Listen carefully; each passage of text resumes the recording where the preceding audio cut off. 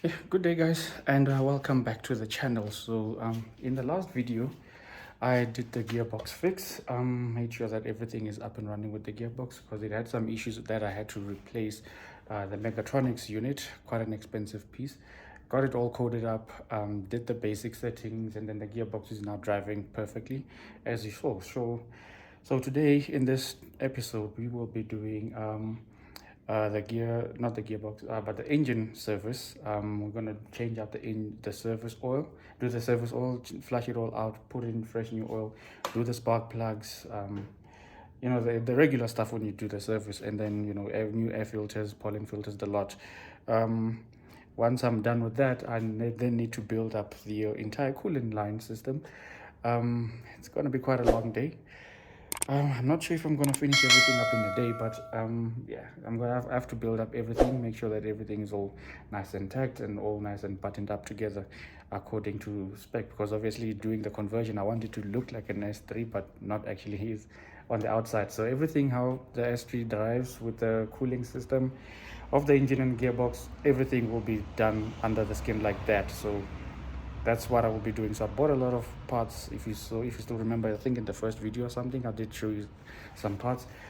So I need to fit those all back in today. Make sure that I fit back the radiators, the auxiliary radiators, the pipes, the brackets, everything. So yeah, it's gonna be quite a long job, so let's get to it.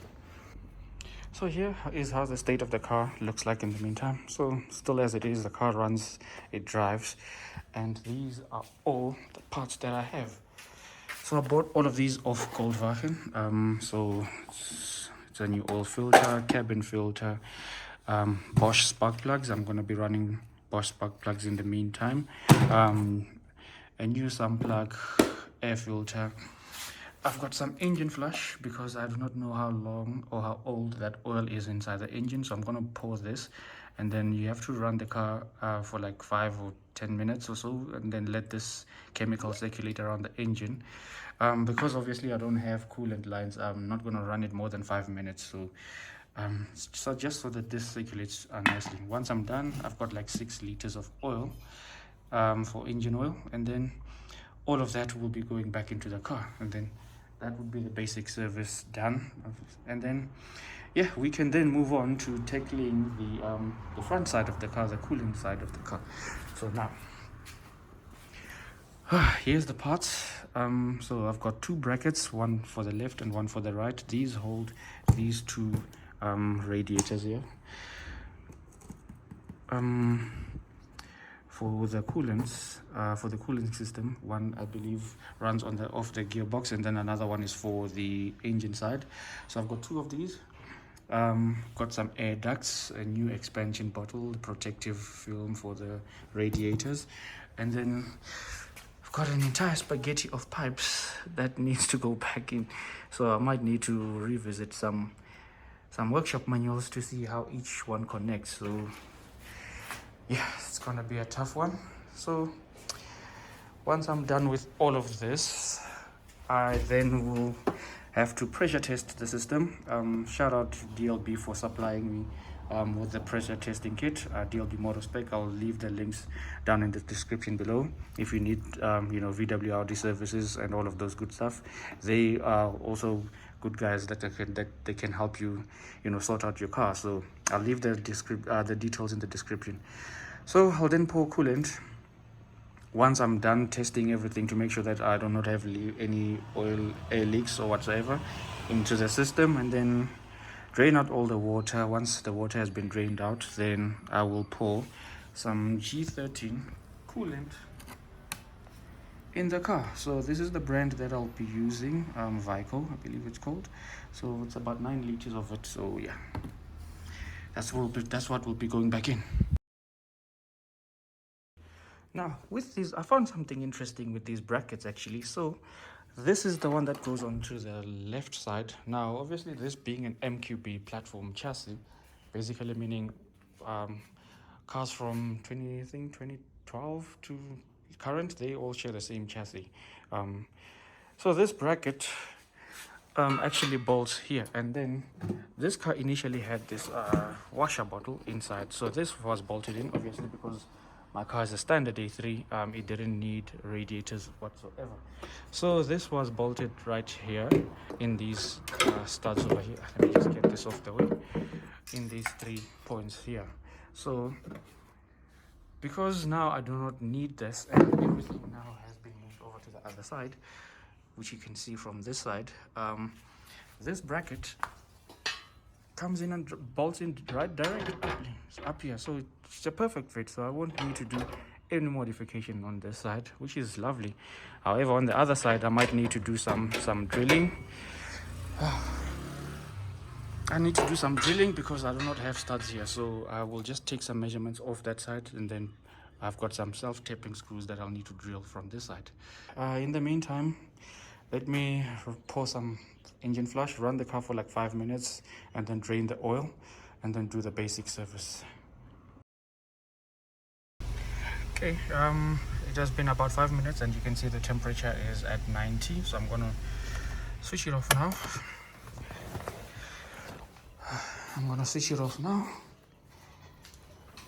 And then yeah, drain the oil. So let me get it underneath, take the sun plug off, let the oil spill off, take the cap off, take the oil filter off, and then yeah, carry on. So while the oil is draining with everything, so I'll also be doing the spark plug change. So yeah, take off the sun plug. I'll use this little bucket here to catch all the oil so that I don't obviously make a mess, and then yeah, change up the oil and then service it. Okay, the oil is still dripping. It's still going, so I'm gonna leave it until it drips up a bit, till when nothing comes out completely. And the whole bucket is full. Look at that. Wow. But yeah, let me give it some moments, and then yeah, I'll come back to that. Everything else has been changed, tightened up, and then oil filter is back in. Yeah, let's wait for the oil to drip, and then we'll continue pouring the fresh oil. Oh, let me just clean this in the meantime. Okay, service has been done. I did the air filter. I just put it back in so that whenever I bolt everything up, I should be all good. Spark plug changed, oil filter changed, sun plug changed, cabin filter, I'll do that at a later stage.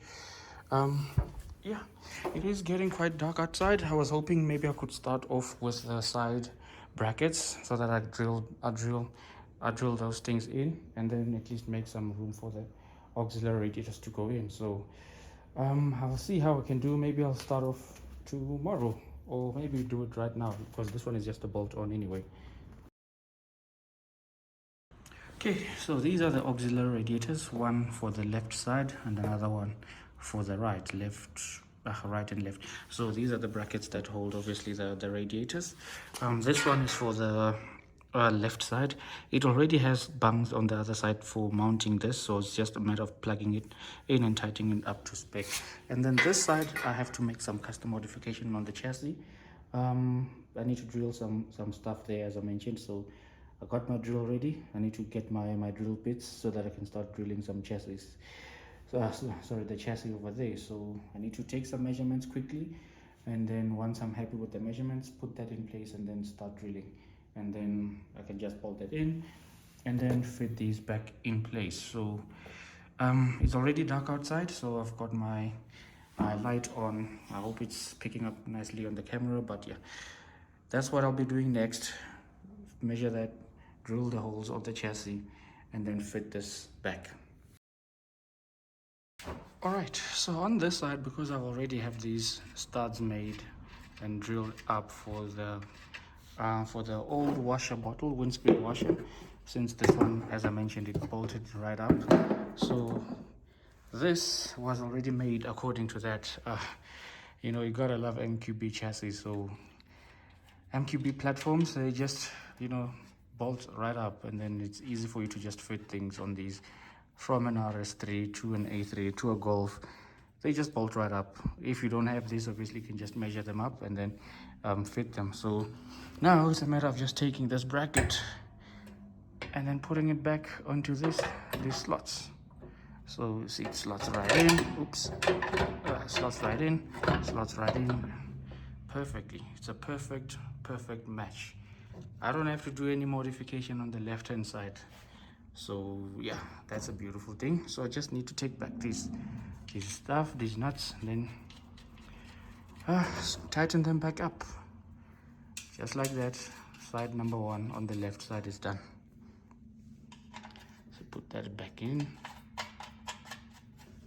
and it already has another mounting point here, so I can just take another nut and then screw it on the other side, and then that should secure the whole thing in place. So it's a matter of now taking my 10mm ratchet and then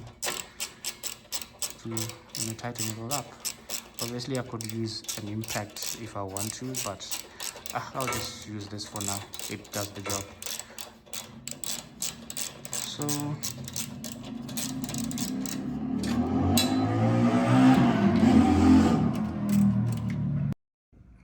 okay, it has been tightened up all, and then now it's nice and secure. Now it's a matter of just coming with the radiators, place them here, put the necessary bungs in there, and then we should be good. Let me tackle the other side and start measuring. Right, got my bracket in place. I just need to bolt it to take some measurements.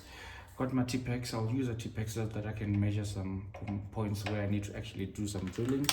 Got my drill ready, just plugged in, and then once I've drilled up to 10mm, I'll add these rivets in, punch them in, so that I can now thread them up with these bolts. These are from, you can buy off these. Here's the part number for these bolts. You can buy them at Audi. And then if you need these self-screwing rivets, there's the part number as well. So yeah, that's it. It just says nut in there, but I don't know why, because these little guys go, there's a place where you can thread inside of them. So yeah, let me get busy and put it on a time lapse, and then let me drill.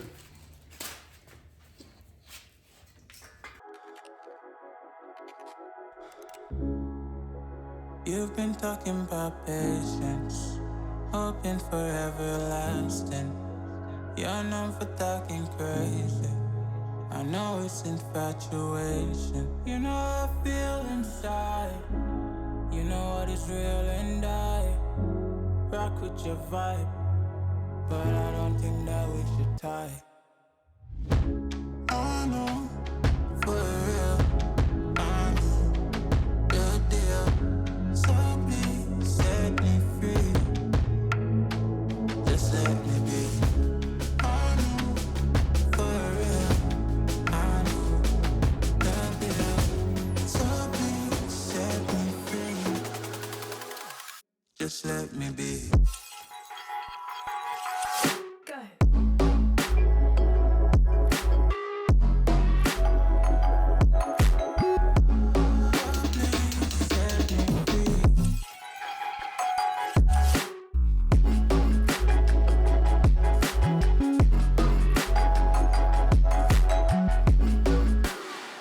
Just let me be. So yeah, I tried to drill some holes. Just need some tightening on that bolt. I'm going to leave that one blank and then just tighten this bottom side here, and then should be nice and secure. And then obviously I need to just make that a little bit straight, drill it into place, and then yeah, I'm gonna call it here. I'll catch you guys tomorrow morning. How's it, guys? It's the next morning. So yesterday I left off in the car. I did the service, oil change, oil filter, the good stuff, spark plugs. I ended up starting with the auxiliary radiator brackets. So those were the stuff that I actually had to sort out. So I did the drilling. I managed to fit these things out, so at least we had a good space in where we can now actually fit the radiators together with the supporting parts, and bolt everything up and then build up the coolant line system. So It's gonna be a busy day as well, so I'll get cracking. Let me show you. Right, so I managed to bolt these guys in. So I drilled some holes in there, and then I bolted them in from the inside. So I just had to punch a hole, put the what do you call this, the studs from the inside, and then bolt them up from the outside. And then it's nice and solid. It's nice and solid on this side because at least it holds now in 3. And then obviously on this other side, the studs were already there, so there was no need for me to do any drilling whatsoever. It was only on the right side that I needed to. So the brackets are in, so it's nicely solid on this side. It's nice and solid on this side.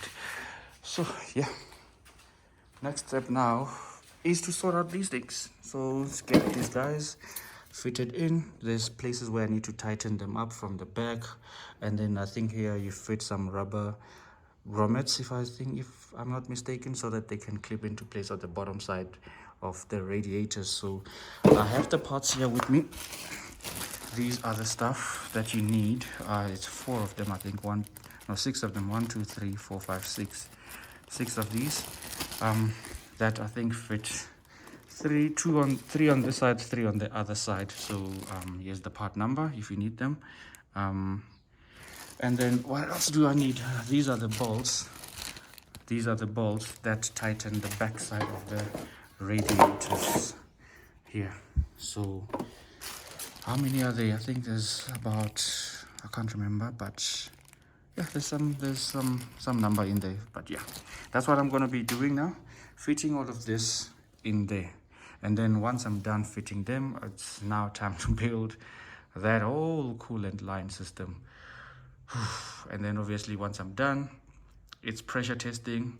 Fill it up with water first, and then pressure test to see if I've got any leaks whatsoever. If not, then I'll run the car up to temperature to see if it's holding while it's hot as well, because you never know.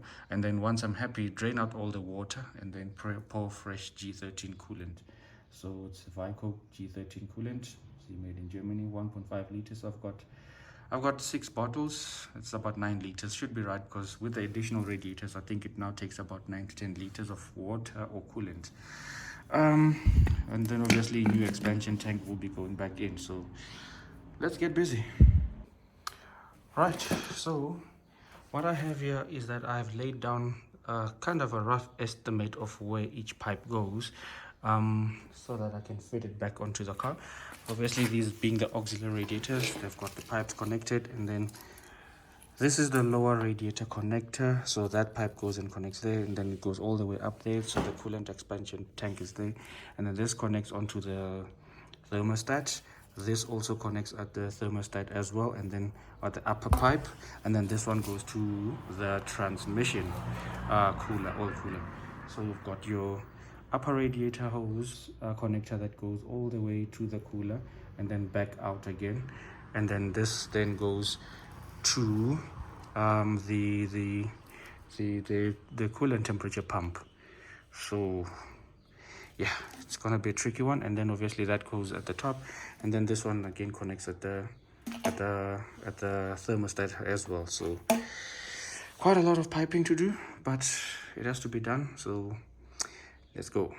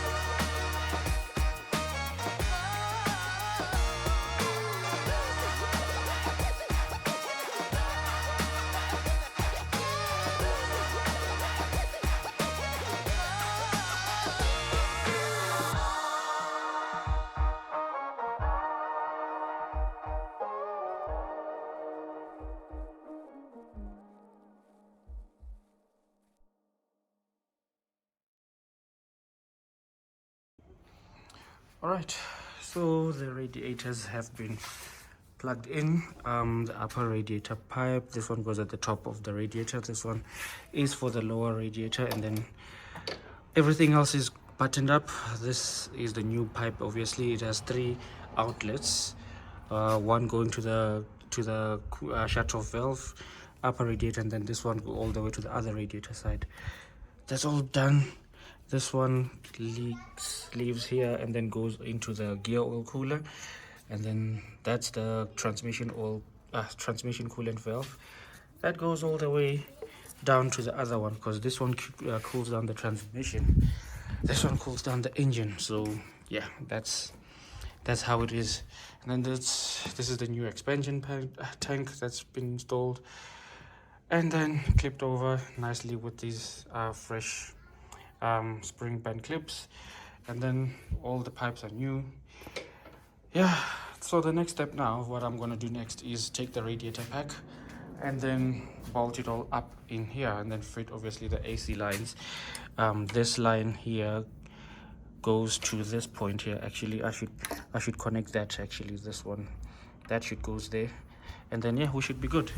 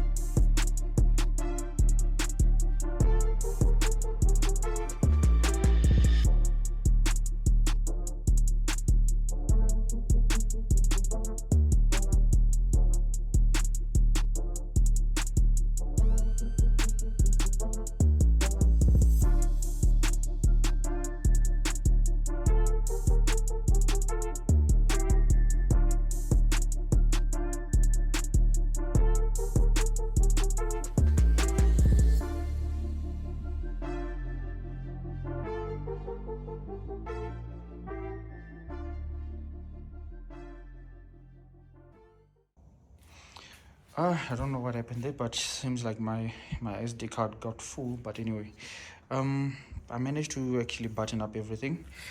The whole front end is connected up, the air guides are in. Obviously I haven't tightened these bolts, I'm just holding them, just tighten them a bit so that I can hold the whole crash bar in place so that it doesn't fall. So yeah, the air guides are in, the protective grille is in, radiators are connected on the left side and on the right. All the pipes have been connected in the throttle body, and intake pipes have been connected back up. So we should be at a good state now where we can actually pour water in this, so, and then pressure test it with that little device, those devices there. So yeah, let me go get me a jug of water and then pour some water, and then yeah, about 10 liters of water I think that needs to go inside the system. And then once if there's no leaks whatsoever, then the next step will be obviously to drain it all up, after running it to temperature, of course, and then pour some fresh coolant, which is sitting down at the floor there. So let me go get some water and then I'll join you guys shortly. Yeah, right, so I've attached the pressure tester, I've plugged it in. So now I just need to pump it up until maybe somewhere around is it 10 psi, yeah, close to above pressure, and then hopefully it will hold in the greens, and then if it does hold, then we are happy, then I can run the car up to temperature. So let's get pumping.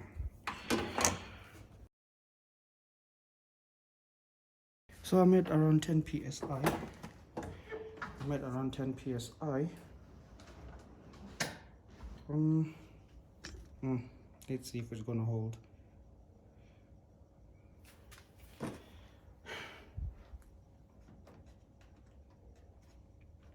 So I'm at around 10 psi of bar, so I'm gonna hold it here for about a minute or so to see if it's gonna hold, and if it does hold, then yeah, it means we are good.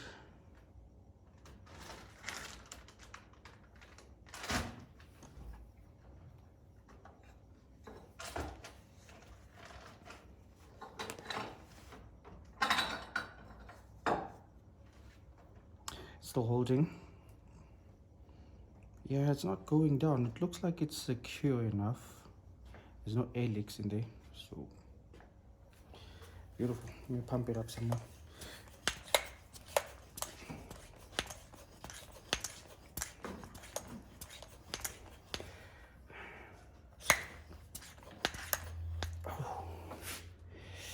Yeah, so we at 0.678 bar, 0.8 bar of pressure, still holding. Quite happy with that.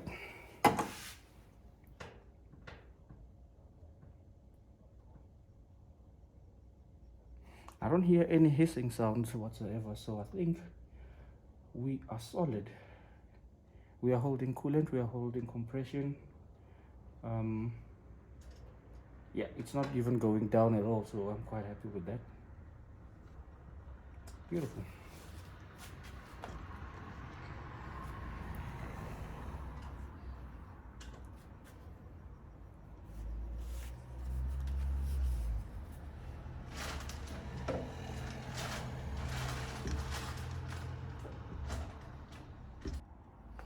Okay, cool, it's still holding, so I'm gonna release the pressure. Just push this little bar, and then that's gonna relieve any air that's inside the system. Some of the water has gone down, it's at minimum now, so I'm gonna release the air, take the cap off, and top it up.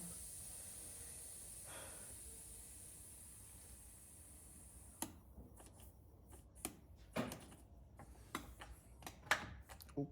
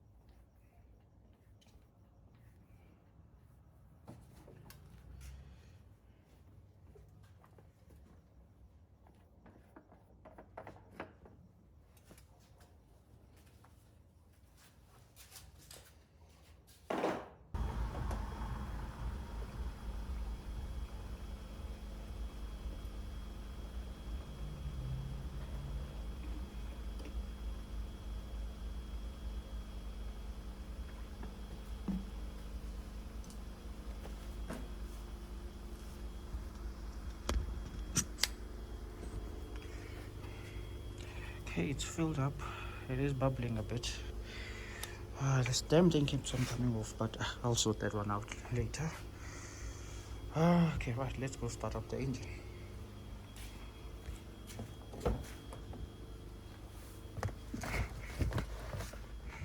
Okay, I'm inside. But I think before I do that, I should do an actuation test for the thermostat. I will use OBD11 for that.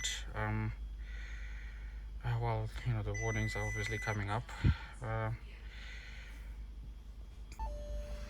Okay, my temperature sensor is reading. It says it's 15 degrees outside. I'm gonna be using my OBD app to do this thing. Bunch of warning coming up.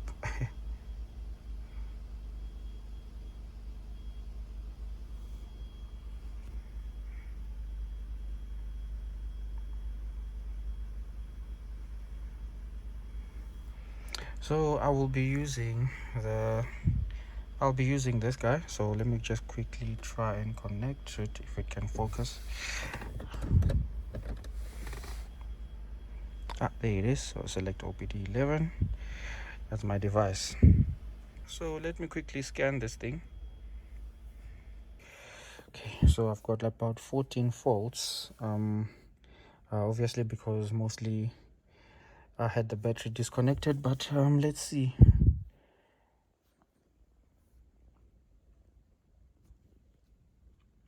I want to do output test, I think it's called, and then search for engine.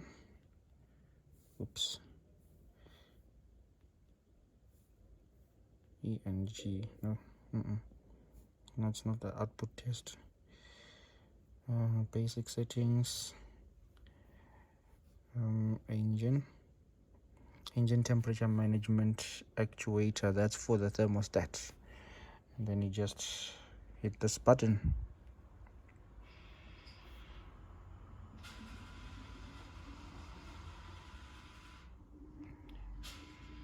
There we go.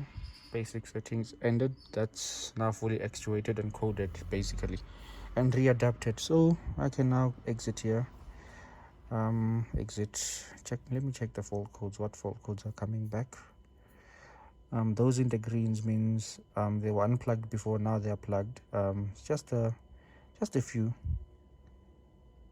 Just a few that I can clear off, I believe. So yeah, let me just clear everything.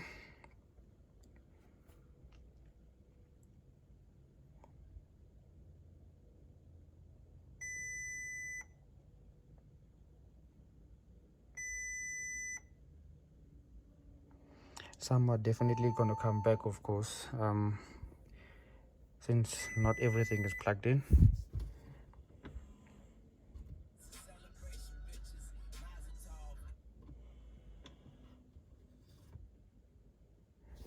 Okay, let's see how many do I have. Just one, so almost all of them are cleared. Oh, let's refresh. Okay, I don't know what this one is for. Maybe it will clear off once the car starts driving. I don't know. But anyway, let's start the car, run it up to temperature.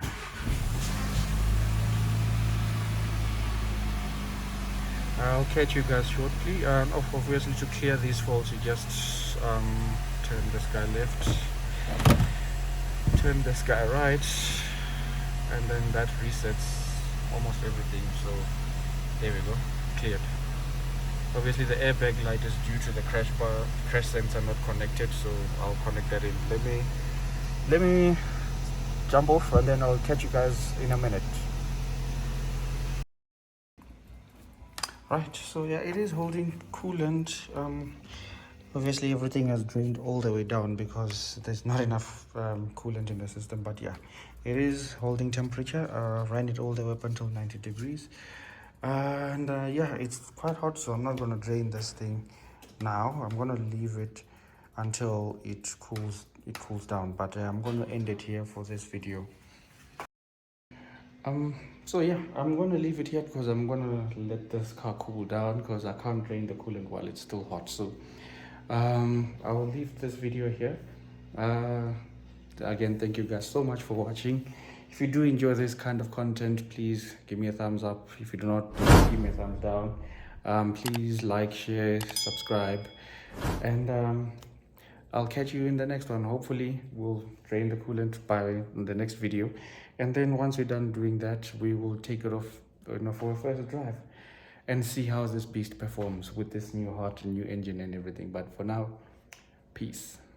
Take care, guys.